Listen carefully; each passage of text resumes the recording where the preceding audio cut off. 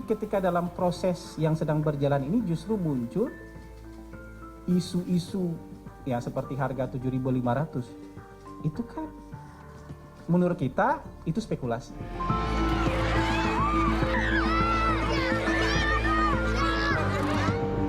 Program makan bergizi gratis ini skemanya masih didiskusikan, masih kita matengkan.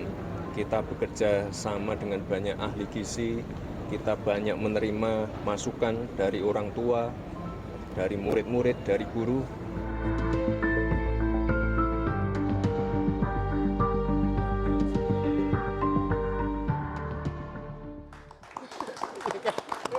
Terima kasih Anda masih bersama kami di Political Show. Orang dekat Presiden terpilih Prabowo Subianto dilantik Jokowi menjadi Wakil Menteri jelang berakhirnya periode pemerintahan.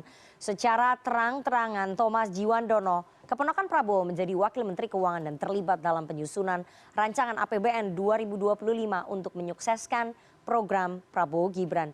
Wajar saja orang dalam dipasang, Prabowo Gibran belum dilantik, makan bergizi gratis. Sudah gaduh soal anggaran. Apakah harga Rp15.000 per porsi dengan anggaran Rp71 triliun cukup untuk memberi makan lebih dari 50 juta siswa di seluruh Indonesia?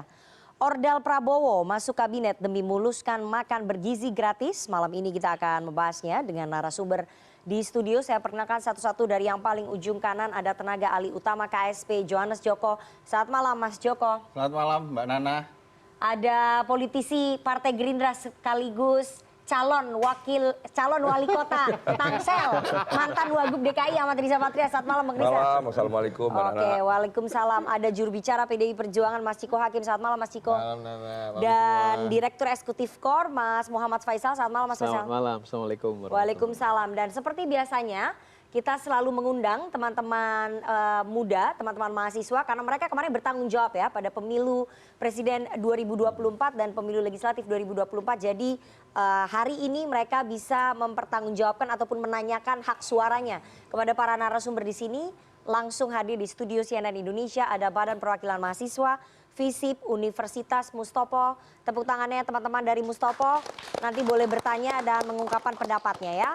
Langsung saya putarkan dulu pernyataan Presiden Jokowi terkait pelantikan Wakil Menteri Keuangan Thomas Djiwandono yang merupakan keponakan dari Prabowo Subianto. Ini untuk melancarkan, memuluskan keberlanjutan. Ya, itu aja jawabannya. Enggak. Ini sudah saya bicarakan langsung dengan kepentingan pemerintah berikut. Saya sudah bicara dengan Presiden terpilih Bapak Prabowo Subianto. Bang Riza, Pak Jokowi sudah bicara dengan Pak Prabowo, ini adalah kepentingan pemerintahan selanjutnya ataupun kepentingan pemerintahan Prabowo Gibran. Pertanyaan saya, apakah memang Pak Prabowo meminta kepada Pak Jokowi untuk memasukkan keponakannya sebagai Wakil Menteri Keuangan dan mantan ajudannya sebagai Wamentan? Yang pertama, ini permintaan Pak Prabowo nggak? Yang pertama ada kesepakatan bahwa Pak Prabowo dan Mas Gibran akan melanjutkan pembangunan yang sudah dilaksanakan selama 10 tahun yang dipimpin oleh Pak Jokowi. Kemudian juga yang kedua, Pak Jokowi sendiri akan memberikan dukungan kepada Pak Prabowo Gibran untuk meneruskan ya proses pembangunan ke depan.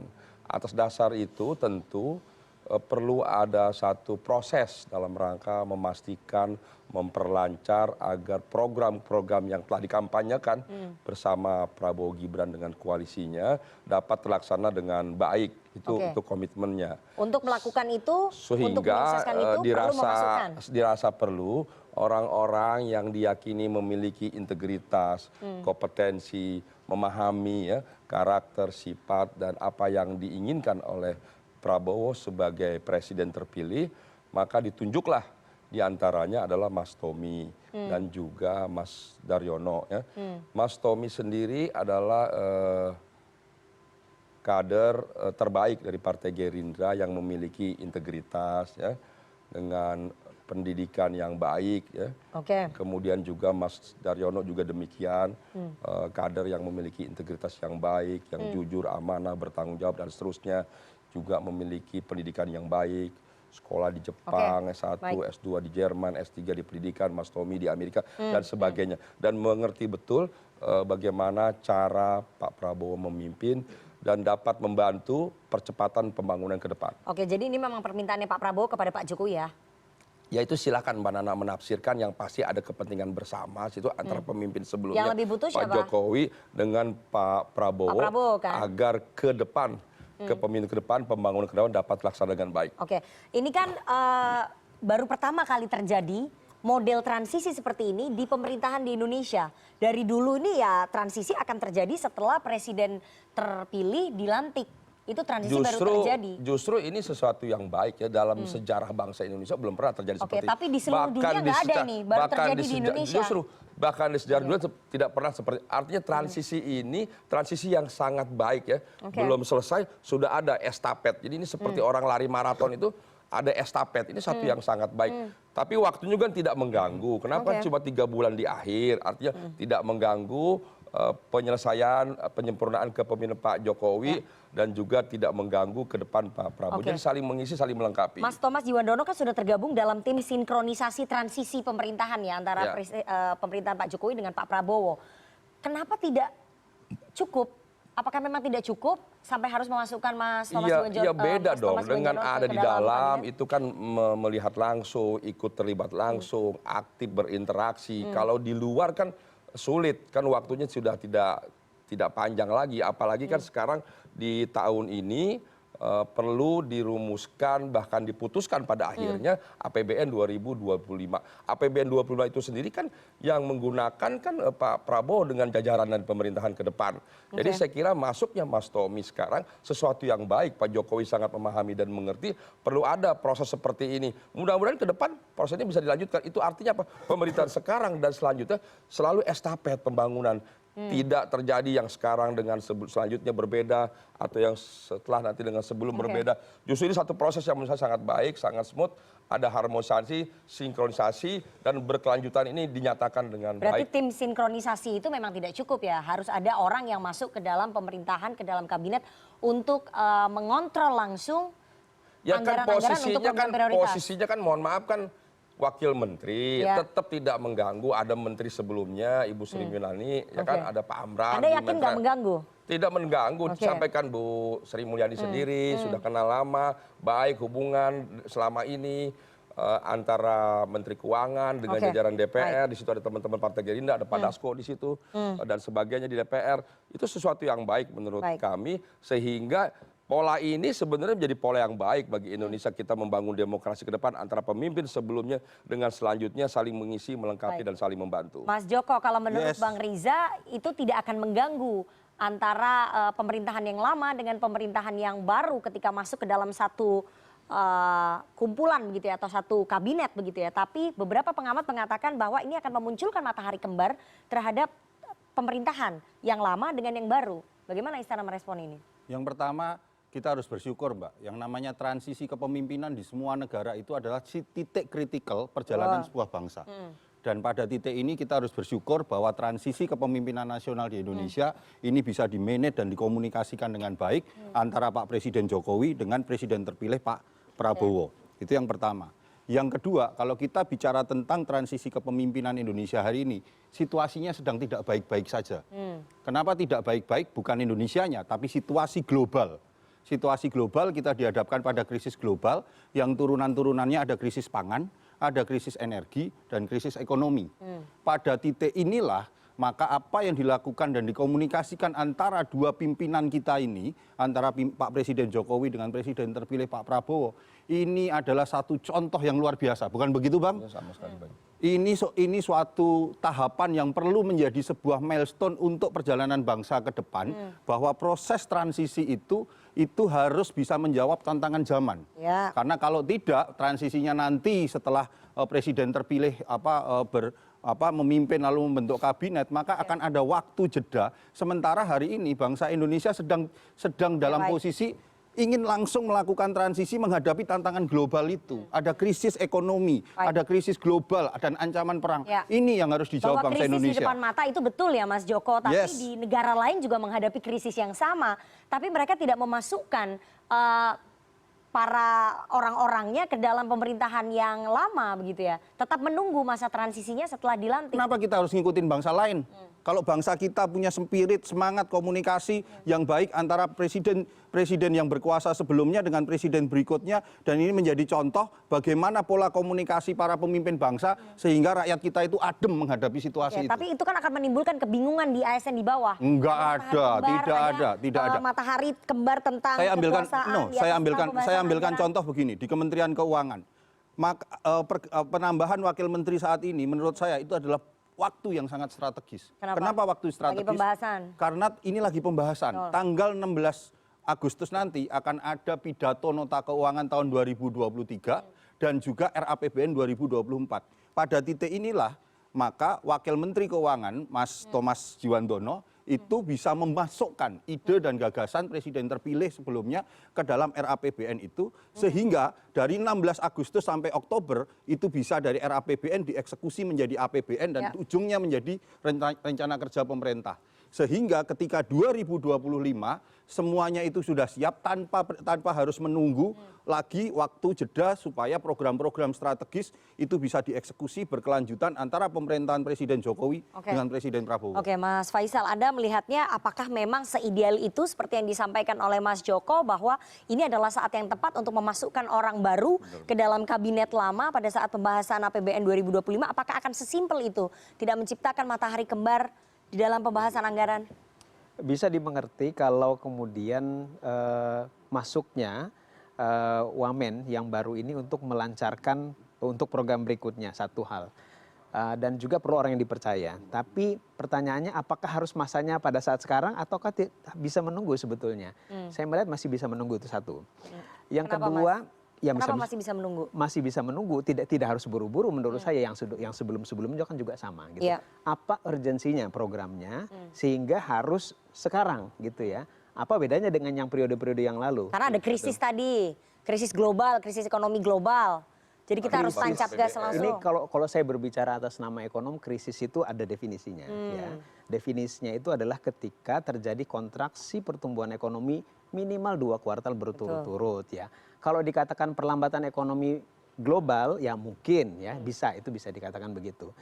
Tapi yang kedua ini juga ya masalah kalaupun memang ada orang yang dipercaya untuk bisa masuk, oke, satu di luar timing ya. Tapi juga harus memperhatikan meritokrasi ya. Kita tahu bahwa mengurus APBN tidak sama dengan mengurus keuangan partai. Itu satu hal ya. Yang kedua apalagi kalau alasannya tadi ada permasalahan global, ada permasalahan ekonomi di dalam domestik yang harus membutuhkan orang-orang yang punya kapasitas yang sangat bagus untuk menjalankan kebijakan-kebijakan fiskalnya. Nah itu yang masalah kedua. Apalagi begini yang ingin saya sampaikan juga adalah ketika Pak Prabowo masuk ke masa pemerintahan di tahun 2025, ada satu tantangan di sekian banyak tantangan, salah satunya adalah utang jatuh tempo. Itu 2 kali lipat di 2025 dibandingkan 2024, 800 triliun. 800 triliun. 2025, 2026, 2027. Artinya memang harus orang-orang yang betul-betul bagus ini yang masuk itu. Paling nggak ada saya. Oke, Anda melihat bahwa kapasitas seorang Thomas Jiwandono menjadi Wamenkyu mampu nggak menjawab persoalan-persoalan itu? Meritokrasi tadi, meritokrasi. Itu tadi yang saya katakan. Kalau apakah sama kemudian mengurus bendaraan satu negara dengan partai ya? Nah ini yang menjadi pertanyaan gitu, yang harus dibuktikan ya. Nah itu yang saya pikir. Jadi harusnya Pak Prabowo memilih orang-orang dengan background profesional yang lebih terbiasa menghadapi persoalan-persoalan ekonomi atau di tengah tantangan krisis ini. Betul. Akan ada hubungan kekerabatan dan sebagainya itu boleh. Tapi itu nomor 2. Nomor 1 tetap harus meritokrasi. Oke, tapi menurut Anda timingnya juga dipertanyakan ya? Iya, pertanyaannya apa harus sekarang gitu ya. Oke, saya mau ke Bang Ciko. Bang Ciko, bagaimana Anda melihat, bagaimana PDI Perjuangan melihat transisi yang di tengah-tengah jalan ini? Jadi belum selesai, tapi sudah ada transisi yang dimulai ke dalam kabinetnya Pak Jokowi. Pertama kami ingin sampaikan, kalau memilih, menunjuk, dan memecat menteri maupun wakil menteri, itu kan memang hak prerogatif presiden. Kita hargai soal itu satu. Ya, tapi yang kedua, kalau kita bicara soal mengkritik, kritik dari kami adalah memang hampir sama dengan apa yang disampaikan tadi, bahwa apa urgensinya, bahwa ini bisa terjadi di transisi kan bisa pernah, bukan baru sekarang ini ada transisi, ya kan, di dunia juga gitu, di Indonesia begitu, bukan kita mau meniru dunia negara lain atau kita harus punya pola sendiri, kita nggak harus punya pola sendiri, polanya jelas, ada aturannya, ada undang-undangnya, presiden elect nanti dia baru akan dilantik gitu, artinya tidak harus presiden elect itu langsung bisa menaruh siapa orang-orangnya. Tetapi kembali lagi bahwa ini menjadi hak prerogatif presiden. Yang satu. Yang kedua, kalau kita bicara soal Thomas Djiwandono misalnya, siapapun itu dia, apakah dia orang dalam atau orang luar, saudara atau bukan dari Pak Prabowo Subianto, sebenarnya itu nggak terlalu penting. Yang penting adalah dia adalah orang yang pernah mempersiapkan dirinya atau pernah dipersiapkan untuk menjadi pemimpin. Kalau kita melihat CV dari Thomas Djiwandono secara objektif, saya rasa dia cukup mumpuni, cukup punya kompetensi di situ, ya kan, itu satu. Tetapi kembali lagi nanti biar rakyat yang menilai. Tapi kembali lagi, yang utama bagi PD Perjuangan adalah mempertanyakan urgensi itu. Karena apalah artinya 1 bulan atau 2 bulan. Kan ketika Presiden Prabowo nanti dilantik, dia punya segitu banyak kekuatan untuk bisa mengubah segalanya, ya kan, termasuk era APBN, karena dia masih dilantik bulan Oktober, belum sampai Januari, iya kan, bukan tahun depan dia dilantik. Ini mau dia rubah semua separohnya, emang siapa yang mau marah, iya kan?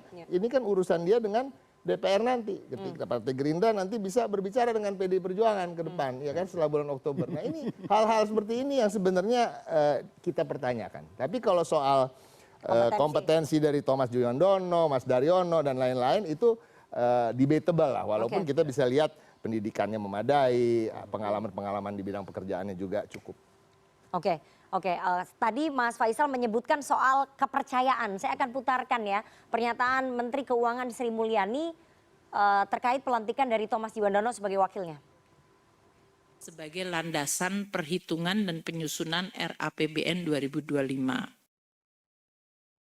Kami terus berkoordinasi dalam proses siklus APBN-nya dalam hal ini, tentu saja membahas, mendiskusikan, dan kemudian mengambil kesimpulan dengan DPR, dan pada saat yang sama berkomunikasi, berkoordinasi dengan tim presiden terpilih di dalam rangka penyusunan RAPBN 2025 tersebut, beserta nota keuangannya. Ini tujuannya adalah agar RAPBN 2025 mencerminkan dan sekaligus sinkron dengan prioritas kebijakan dari presiden terpilih dan wakil presiden terpilih. Oke, saya mau ke Pak Faisal ya. Meskipun tadi Anda sudah menyebutkan dan juga sudah dijelaskan oleh Bu Sri Mulyani bahwa memasukkan orang-orang dalamnya Pak Prabowo ke dalam kabinet itu adalah bagian dari menyukseskan program-program prioritas Pak Prabowo Gibran. Tapi yang menjadi pertanyaan, kita tahu bahwa hubungan antara Ibu Sri Mulyani dengan Pak Prabowo sebelum-sebelumnya dikabarkan dalam tanda kutip tidak begitu mulus-mulus gitu ya. Apakah ini bentuk ketidakpercayaan sehingga memang harus memasukkan orang yang dipercaya untuk menjadi pendamping pembahasan APBN 2025? Ya bisa jadi bukan hanya ketidakpercayaan tapi juga untuk membuat jadi lebih lancar ya. Jadi ini bisa jadi lebih cepat, lebih lancar dan juga untuk di luar masalah trust itu tadi ya. Karena paling tidak ada beberapa program yang memang diinginkan oleh Pak Prabowo untuk segera up and running begitu ya di Oktober, yaitu makan bergizi gratis, yang itu juga tidak mudah, bukan hanya tidak mudah dalam hal pelaksanaan eksekusi, tapi juga dalam penganggarannya. Tarik ulur dari jumlahnya 400 triliun, kemudian 71 triliun, belum lagi sekarang dari sisi per anaknya berapa. Nah ini memang dari sisi, dari situ makanya kepastian masalah anggaran dan bagaimana kemudian pendetailan daripada 71 triliun itu yang kemudian saya rasa menjadi salah satu titik concern. Masalah trust itu berarti menjadi salah satu faktor utama ya, kenapa Pak Prabowo harus menempatkan orangnya di kabinetnya Pak Jokowi, terutama di bagian Kementerian Keuangan. Terutama juga untuk melancarkan itu tadi memang. Melancarkan? Melancarkan untuk program berikutnya. Sebetulnya kan dengan tim sinkronisasi bisa, kenapa harus memasukkan orang? Itu pertanyaannya. Itu pertanyaan, betul. Itu yang saya katakan tadi, apakah memang harus ada orang? Apa? Ya, ini susah juga untuk dijawab karena sebetulnya kan Paling tahu mereka secara pulang. logis kan semestinya kan Oktober udah bisa, tidak harus ini tadi disampaikan oleh Bang ini tadi hanya beda beberapa bulan, apa bedanya gitu ya. Oke, saya mau ke Bang Riza. Bang Riza, apakah memang ada persoalan trust di sini sehingga Pak Prabowo memang harus memasukkan orang-orang dekatnya ataupun orang-orang dalamnya ke dalam kabinetnya Pak Jokowi untuk memastikan bahwa sudah dijelaskan. program-program prioritas itu berjalan, ada alokasi anggarannya?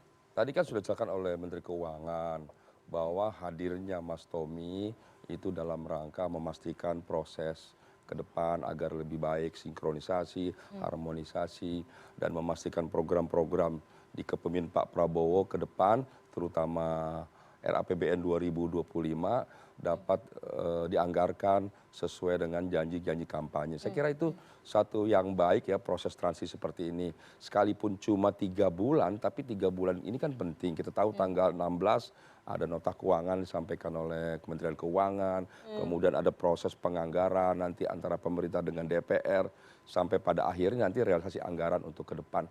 Jadi kami ingin memastikan bahwa APBN ke depan 2025 itu bisa sudah mulai memasukkan ya.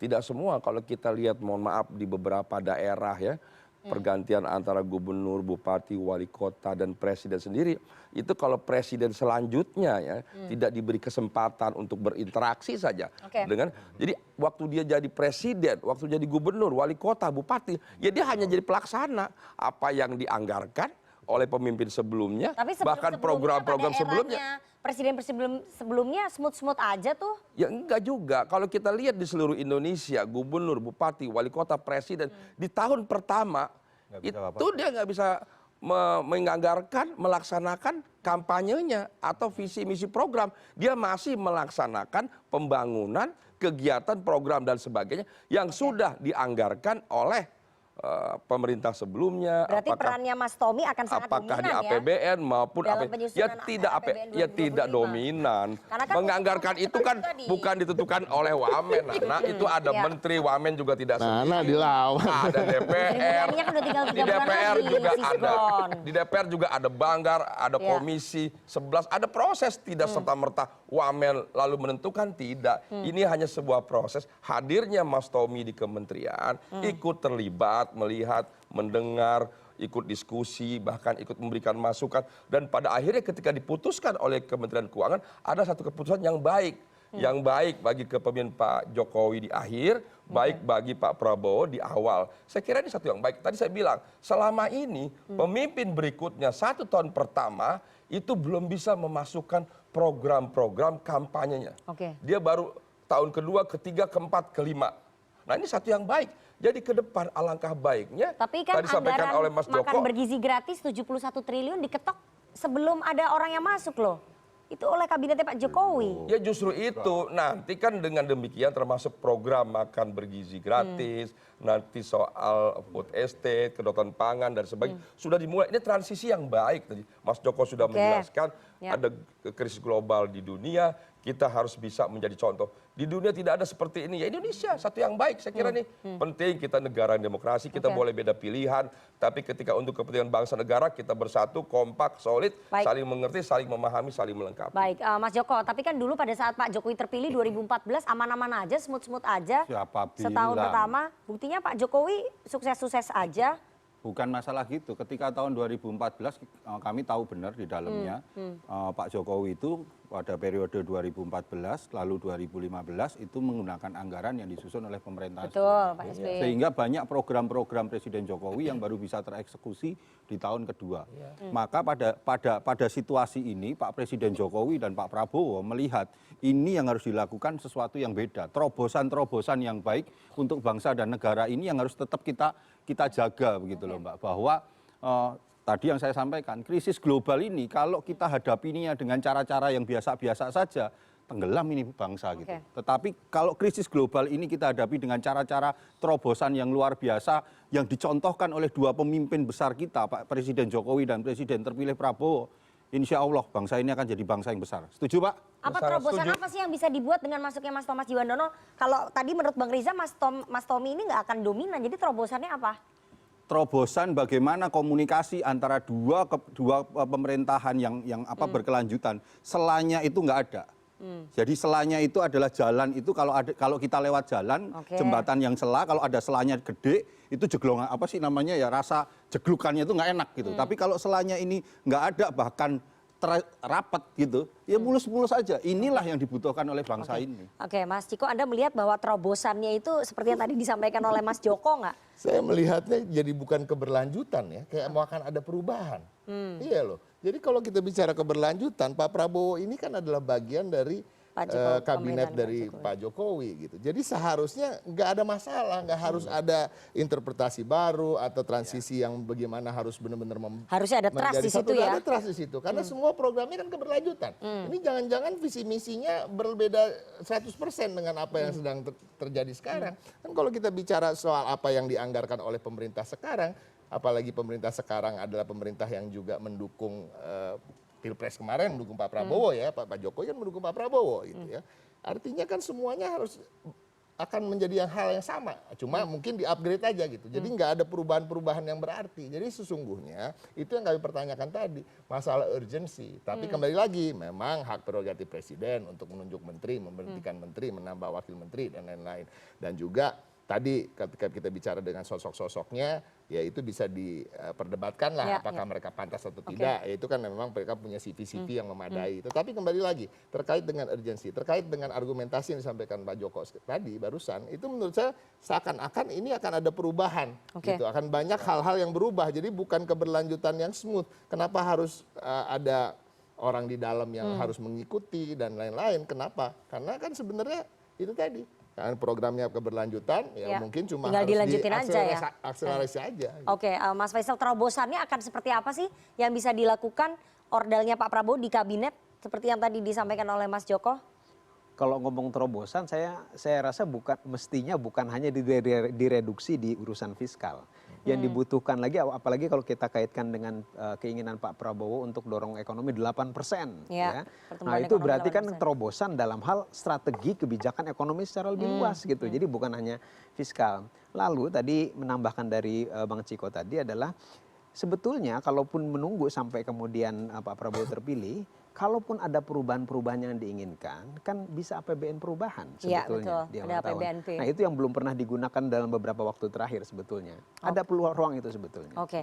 Nanti di segmen berikutnya kita akan bahas lebih dalam apakah memasukkan ordal-ordalnya ke dalam kabinetnya Pak Jokowi bagian dari menyukseskan, memuluskan anggaran makan bergizi gratis yang harganya naik turun nggak jelas nih berapa ya. Tapi kita harus jeda terlebih dahulu. Jangan kemana-mana, tetap bersama kami di Political Show. Ordal.